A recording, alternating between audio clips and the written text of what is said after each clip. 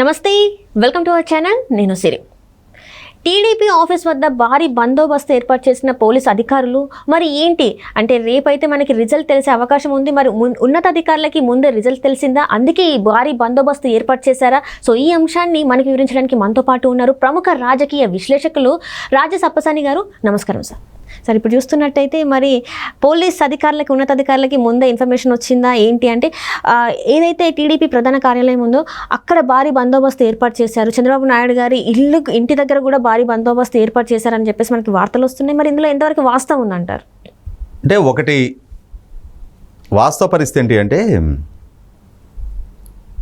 చంద్రబాబు నాయుడు గారు ప్రధాన ప్రతిపక్ష నాయకుడిగా ఉన్న రోజుల్లోనే ఆయన్ని టార్గెట్ చేసి ఎమ్మెల్యేగా ఉన్న జోగి రమేష్ మంది మార్బలంతో చంద్రబాబు నాయుడు గారి ఇంటి మీదకి దాడికి రావడానికి ప్రయత్నం చేసిన తీరు చూసాం మనం.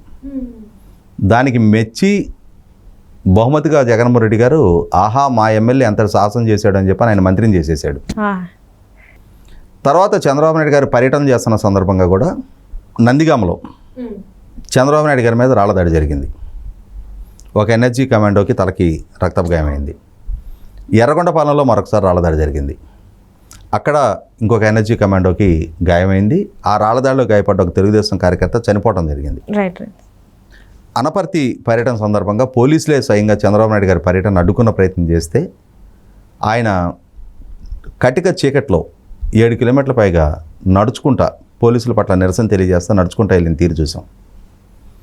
చంద్రబాబు నాయుడు గారు ఇరిగేషన్ ప్రాజెక్టులో విధ్వంసం అని చెప్పిన కార్యక్రమం పెట్టుకొని చిత్తూరు జిల్లా పర్యటనకి వెళ్తే తంబళపల్లి నియోజకవర్గం అంగళ గ్రామం దగ్గర చంద్రబాబు నాయుడు గారి మీద రాళ్లదాడి చేసి ఆయన మీద రాళ్లదాడి చేసి మళ్ళీ ఆయన మీద హత్యాయత్నం కేసు పెట్టిన తీరు చూసాం మనం. తెలుగుదేశం పార్టీ కేంద్ర కార్యాలయం మీద వైసీపీ మూకలు దాడి చేసి ఫర్నిచర్ ధ్వంసం చేసి అక్కడ పార్టీ కార్యాలయంలో ఉన్న సిబ్బందిని తలలు పగలగొట్టిన తీరు చూసాం మనం. అంటే వైసీపీ పార్టీ అధికారంలోకి వచ్చిన తర్వాత చంద్రబాబు నాయుడు గారికి వ్యక్తిగతంగానూ భద్రత కల్పించలేదు.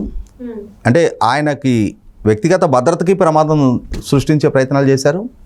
అదే సందర్భంలో పార్టీ కేంద్ర కార్యాలయాన్ని కూడా ధ్వంసం చేశారు. ఇటువంటి చరిత్ర నేపథ్యం ఉన్న వైసీపీ పార్టీ ప్రభుత్వం రేపు ఎన్నికల్లో ఓటమి చవి చూడబోతుంది అన్న సంకేతాలు వస్తూ ఉన్నాయి. ఇప్పటికే వీళ్ళ నైజం ఎట్లా ఉంటుంది అనేది చాలా సందర్భాలు ఆల్రెడీ రుజువైన నేపథ్యంలో ఇప్పటికే ప్రభుత్వ సలహాదారుడుగా ఉన్న సజ్జల రామకృష్ణారెడ్డి కౌంటింగ్ సెంటర్లో అలజడి సృష్టించడానికి సిద్ధపడండి, రూల్స్ ఫాలో అవ్వాల్సిన నెస్టీ లేదు, మీరు కౌంటింగ్ ప్రక్రియకి ఆటంకం కల్పించే ప్రయత్నం చేయండి అని చెప్పిన అతను ఒక పిలిపించిన మీదట అతని మీద కేసు నమోదయ్యింది. ఇప్పుడు వైసీపీ శ్రేణుల్ని రెచ్చగొడుతున్నారు, ఘర్షణపూరిత వాతావరణం సృష్టించే ప్రయత్నం చేస్తున్నారు. రేపు కౌంటింగ్ రోజు పూర్తి ప్రతికూల ఫలితాలు వచ్చాయి వైసీపీకి, మరింతగా రెచ్చిపోయి దాడులు దౌర్జన్యాలకు పాల్పడతారేమో. ఆల్రెడీ కొన్ని నియోజకవర్గాల్లో చూసాం కదా. తెనాలి నియోజకవర్గంలో ఎమ్మెల్యే క్యూలైన్లో రండి అని చెప్పిన ఒక పాపానికి ఒక పౌరుడి మీద దాడి చేసి చేసుకుంటే ఆ పౌరుడు తిరిగి ప్రతిఘటించాడు. ప్రతిఘటించిన పాపానికి ఆ ఎమ్మెల్యే అనుయాయులు అతన్ని చితగొట్టేశారు.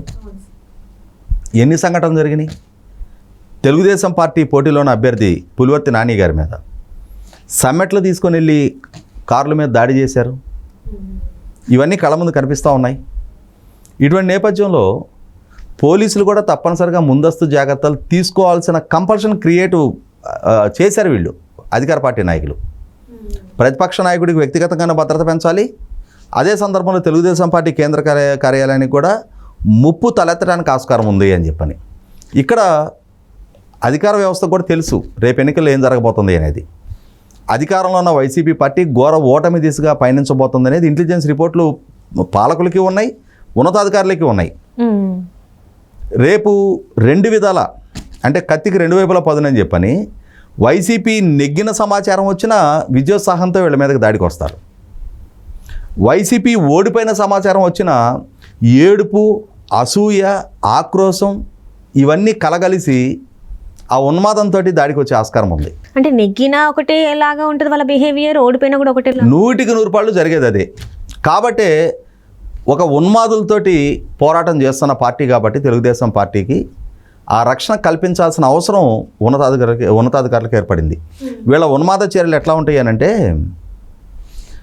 నాగార్జున సాగర్ నుంచి పులిచింతల ప్రాజెక్టుకి 4-5 లక్షల క్యూసెక్కుల వరద వస్తుంది.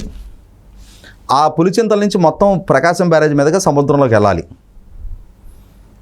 పులిచింతల ప్రాజెక్ట్ నుంచి సక్రమంగా సకాలంలో వాటర్ డిశ్చార్జ్ చేయకుండా అక్కడ లెవెల్ మెయింటైన్ చేసి, ఆ వాటర్ని కొంచెం లేటుగా ప్రకాశం బ్యారేజ్కి డిశ్చార్జ్ చేసి, ప్రకాశం బ్యారేజ్ దగ్గర కూడా వచ్చిన ఫ్లడ్ వచ్చినట్టు సముద్రంలోకి వదిలిపెట్టకుండా, ఆ ప్రకాశం బ్యారేజ్ గేట్లు కూడా వెంటనే ఎత్తకుండా అక్కడ ఒక బోటుని ఇరికిచ్చి 3 టీఎంసీల కెపాసిటీ ప్రకాశం బ్యారేజ్ లెవెల్ అయితే అక్కడ 4 టీఎంసీలు దాటి లెవెల్ మెయింటైన్ చేయించి, ఎందుకు ఇంత ప్రయత్నం చేశారు?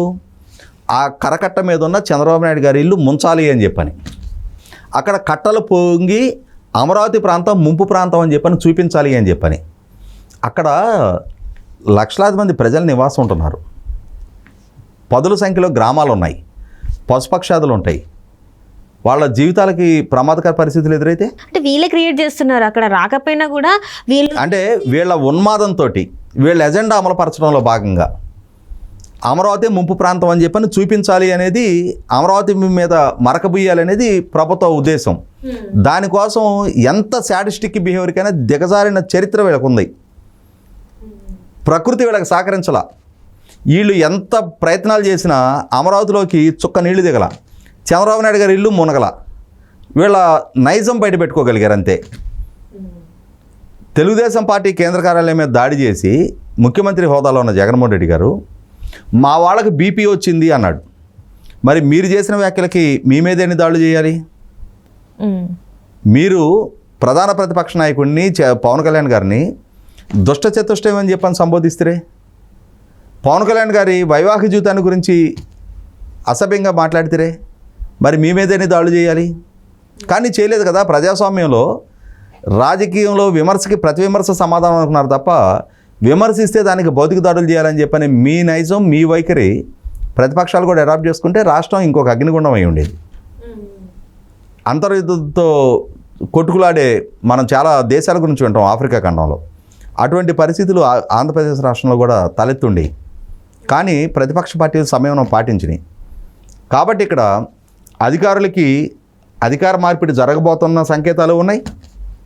అదే సందర్భంలో అధికార పార్టీ వైఖరి పట్ల ఒక స్పష్టత ఉంది. అహంకారంతో, బరితెగింపు దూరంతో చట్టాన్ని లెక్క చేయకుండా మేము ఉన్మాదంతో ఏమైనా చేస్తామనే వాళ్ళ నాయకుల వైఖరి పట్ల ఒక స్పష్టత ఉంది. కాబట్టి ఇవాళ తెలుగుదేశం పార్టీ కేంద్ర కార్యాలయం దగ్గరైనా, చంద్రబాబు నాయుడు గారి ఇంటి దగ్గరైనా సరే భద్రత పెంచారు. ఏమొద్ది? అధికారం కోల్పోయారు. నిన్నటి వరకు అధికారం చేతిలో ఉంది కదా అని విచ్చలవిడిగా చెలరేగారు. మంత్రి హోదాలో ఉన్న సీదిరి అప్పలరాజు విశాఖపట్నం శారదాపీఠం దగ్గర ముఖ్యమంత్రి పర్యటన సందర్భంగా అక్కడ ఒక సీఐ మీద బండబూతులు తిడతా కాలర్ పుచ్చుకున్న తీరు చూసాం మనం. రేపు చేయండి ఆ పనులు, ఇంతకుముందు ఎగబడినట్టుగా రేపు ఎగబడండి, ఈపు బద్దలు కొట్టేస్తారు.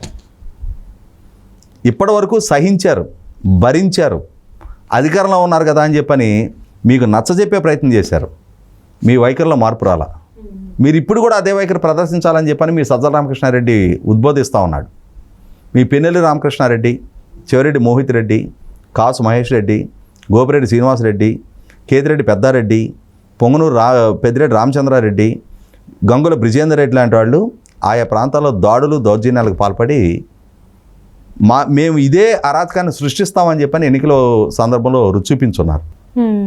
ఇవన్నీ పోలీస్ డిపార్ట్మెంట్ కూడా తెలుసు. కాబట్టి ముందస్తు జాగ్రత్తగానే రేపు రాబోతున్న ఫలితాలు అధికార పార్టీకి వ్యతిరేకంగానే ఉండబోతున్న సంకేతాలు ఉన్నాయి. కాబట్టి ఎటు తిరిగి రేపు ముఖ్యమంత్రిగా పదవి బాధ్యతలు చేపట్టనున్న చంద్రబాబు నాయుడు గారి వైపు లాయల్టీ ప్రదర్శిస్తారు ఆటోమేటిక్గా. అదే సందర్భంలో ఆయన ఎన్హెచ్జీ ప్రొటెక్టివ్ Z+ కేటగిరీ రక్షణలో ఉన్న నాయకుడు. ఆయనకు మరింత రక్షణ, కట్టుదిట్టమైన భద్రతా చర్యలు తీసుకోవాల్సిన బాధ్యత పోలీస్ డిపార్ట్మెంట్ మీద ఉంటుంది. వాళ్ళకున్న ఇంటెలిజెన్స్ రిపోర్ట్స్ దృష్ట్యానే ఈ ముందస్తు ఏర్పాట్లన్నీ చేస్తూ ఉన్నారు. ఇది మారబోతున్న పరిస్థితులకి, పరిణామాలకు ఒక సంకేతంగానే మనం భావించాలి. Right sir. Thank you so much sir.